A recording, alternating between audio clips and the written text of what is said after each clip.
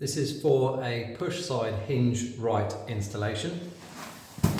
What we have inside the box is we have 4 different templates. The one we're using today is template number 2.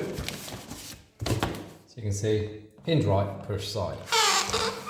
So we'll open it out and have a look.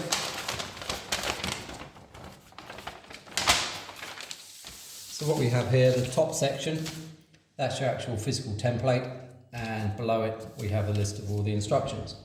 So what we're going to do is just tear off that top section. And when we're doing a push side installation, we need to fold along this dashed line here. So what we're going to do is fold it over and just push along there, like so, and back the other way. And then what I do, I actually just tear the corner off here, and what that does, that allows you to put it up against the frame.